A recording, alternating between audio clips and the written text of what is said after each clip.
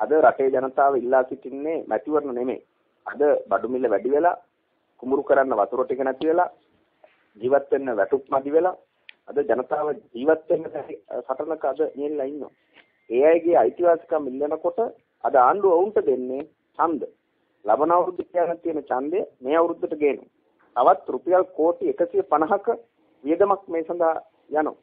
ඇත්තටම ජනතාව මත තවත් බරපතලීමක් තමයි මේ හරහා සිද්ධ වෙන්නේ. අනිත් පැත්තට ආණ්ඩුව මේ ඡන්ද පවත්වන්නේ ස්වාධීන මැතිවරණ කොමිසමක් නැතුව, ස්වාධීන පොලිස් කොමිසමක් නැතුව බලහත්කාරය තමන්ගේ රාජ්‍ය බලය යොදලා මේ මැතිවරණ ඉනන්න කරන පටු බලලෝභයක් සඳහා බලලෝභී උමනාවක් වෙනුවෙන් තමයි මේ ඡන්ද පවත්වන්නේ.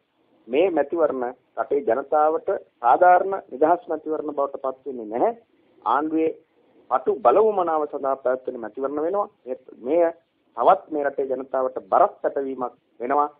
අපි මේ රටේ ජනතාව මේ අත්නෝමතික තීරණයට එරෙහිව පෙළගස්වලා ඔවුන්ට එරෙහිව මේ ආණ්ඩුවට එරෙහිව විශාල බලපෑමක් කරන්න මේ ඡන්දය හොඳ පාඩමක් උගන්වන ඡන්දයක් බවට පත් කරගත යුතුව තියෙනවා.